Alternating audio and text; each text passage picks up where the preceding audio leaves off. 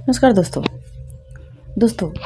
एक फौजी की बेटी होती है और फौजी लड़के से ही शादी होती है। लेकिन शादी के बाद वो फौजी उस लड़की का जिंदगी बस से बदतर कर देता है। दरअसल ये सच्ची घटना कहाँ की है, मैं कहानी आप लोग को सुनाऊं उससे पहले मैं आप लोग के पास बिना मैं आगे पहुँचाना चाहूँगी। अगर हमारी वीडियो आप लोग को अच्छी लगती है तो प्लीज़ चैनल को सब्सक्राइब करें, लाइक करते था शेयर करें और हमारे मनोबल को और आगे बढ़ाएं। दरअसल ये जो सच्ची घटना मैं सुना रही हूँ, ये सच्ची घटना है उत्तर प्रदेश के जिला गोरखपुर के अमहिया गांव की। दरअसल मैं बात कर रही हूँ अगस्त 2019 की। इस अमहिया गांव में ही एक फौजी थे जिनका नाम था ज्ञानचंद। वो फौज में मेजर के पद पे तैनात थे। जब ये ज्ञानचंद वहाँ पे ड्यूटी कर रहे होते हैं तो पता चलता है कि एक लड़का, उनके ही दोस्त बताते हैं कि एक लड़का आपके तरफ का है जो यहीं पे ड्यूटी कर रहा है, जो इस समय सिपाही के पद पे है। अब जो मेजर होते हैं वो उस लड़के से संपर्क करते हैं, क्योंकि जब प्रदेश में कोई अपना मिलता है तो अपना सा होने महसूस होने लगता है, एक लगाव सा हो जाता है कि कोई अपना मिला है। शायद यही मेजर के भी दिमाग में आया होगा। फिर उस लड़के से संपर्क करते हैं तो लड़के से पूछते हैं तो लड़का भी कहता है कि मैं भी गोरखपुर के मोतीराम का रहने वाला हूँ, मेरा नाम राजेश है, मैं इस वक्त सिपाही के पद पे तैनात हूँ। अब जब दोनों आपस में अपना अपना घर बताते हैं तो दोनों एक दूसरे का जो गांव होता है, घर होता है, वो जानते हैं। फिर यहीं से दोनों के बीच दोस्ती हो जाती है। फिर 2019 में ही जो मेजर होते हैं वो घर पे आए रहते हैं, जो सिपाही होता है वो भी घर पे आया होता है उसी टाइम इत्तेफाक से। फिर वो फ़ोन करता है मेजर को कि साहब आप कहाँ हैं, क्योंकि जब वो असम में मिले थे तभी से एक दूसरे का नंबर ले गए थे ये दोनों। तो जब घर पे आता है सिपाही तो फ़ोन करता है मेजर को कि साहब आप कहाँ पे हैं। तो वो कहते हैं कि मैं तो घर पे हूँ, अगर आना है तो आ जाओ। तो वो जाता है सिपाही उस मेजर के घर पे। मेजर के घर पे जाता है तो उनकी जो पत्नी होती हैं वो पूछने लगती हैं, इत्तेफाक से दोनों के कास्ट भी एक ही होता है। फिर उनकी पत्नी पूछने लगती है कि क्या आपका शादी हो गया है। जो सिपाही होता है वो कहता है कि अभी शादी हमारी नहीं हुई। तो जो मेजर होते हैं उनकी पत्नी कहती है अगर शादी हुई नहीं है तो हमारी एक बेटी है, अगर देख लीजिए आपको अच्छी लगती है तो कास्ट एक ही है, शादी हो जाएगी। जब लड़का देखता है लड़की को तो पसंद आ जाती है लड़की। फिर वो घर पे आता है, अपने माता पिता से कहता है। अब जो लड़की होती है वो अपने माँ बाप की अकेली होती है, 2 भाई में 1 बहन होती है और उस समय वो BA सेकेंड ईयर की छात्रा होती है।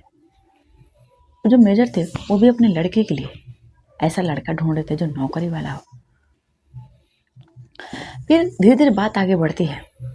उस लड़की की शादी 2020 में हो जाती है इसी लड़के से, यानी जो राजेश होता है, उस लड़के का नाम होता है प्रिया। उसकी शादी हो जाती है।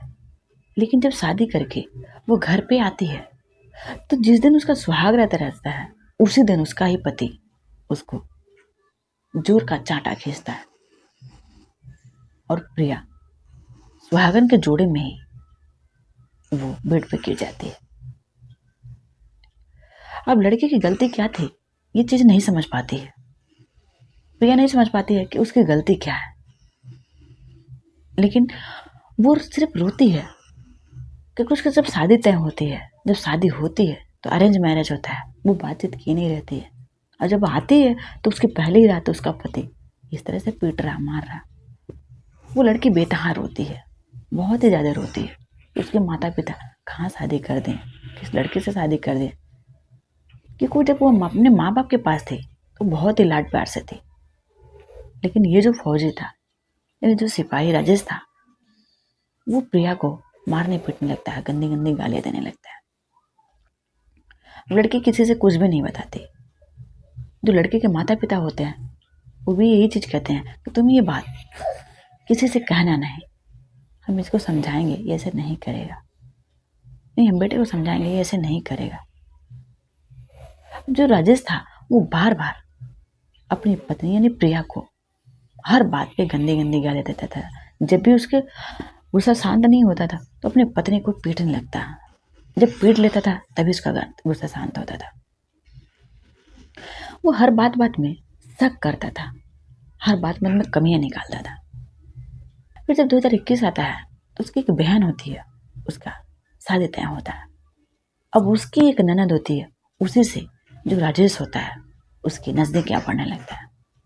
जब नज़दीकियां बढ़ने लगता है तो इस बीच जो प्रिया होती है उसकी एक बच्ची पैदा हो जाती है। अब जो राजेश था उसकी नज़दीकियां उसकी सगी बहन की ननद से बढ़ने लगती है। ये बात प्रिया को धीरे धीरे पता चलने लगता है। अब प्रिया जब भी मना करती है तो उसको मारने पीटने लगता है, झगड़ा करने लगता है। अब जो राजेश होता है वो बार बार प्रिया को कहता है कि तुम ज्यादा बोलोगी तो मैं तुम्हें छोड़ दूंगा। अब जो लड़के के माता पिता होते हैं, यानी राजेश के जो माता पिता होते हैं, वो भी यही कहते हैं, क्योंकि उनकी बेटी का शादी उस घर में तय हो रहा था, शादी हो रहा था। तो लड़के के माता पिता भी कहते हैं अगर ये बात तुम किसी दूसरे से कही, तुम किसी से कही, हमारी बदनामी होगी तो हम तुम्हें छोड़ देंगे। अब प्रिया की सिर्फ इतनी गलती थी कि वो अपने पति को किसी दूसरे से बात करना नहीं देना चाहती थी, किसी दूसरे के पास जाने देना नहीं चाहती थी। जो राजेश था वो बार बार अपनी बहन की ननद से नजदीकियां बढ़ा रहा था और इसी बात को लेकर के दोनों के बीच झगड़े होने लगे। अब जो प्रिया थी उसकी जिंदगी जब वो शादी करके आई थी उस टाइम से लेकर के अब और बद से बदतर हो गया। अभी लड़की करे तो करे क्या। पर धीरे धीरे समय बीतता है और लड़ाई झगड़ा शुरू होने लगता है। जो लड़की होती है प्रिया, उससे उसके परिवार वाले यानी लड़के के परिवार वाले हर बात पे झगड़ा करते हैं, क्योंकि राजेश गलत था। ये चीज माता पिता उसके भाई बहन सबको पता था, लेकिन राजेश नौकरी करता था, पैसे कमाता था। पैसे के लालच में कभी वो सब राजेश को कुछ नहीं कहते थे कि तुम गलत कर रहे हो प्रिया के साथ, यानी अपनी बीवी के साथ तुम गलत कर रहे हो, कभी नहीं कहते थे।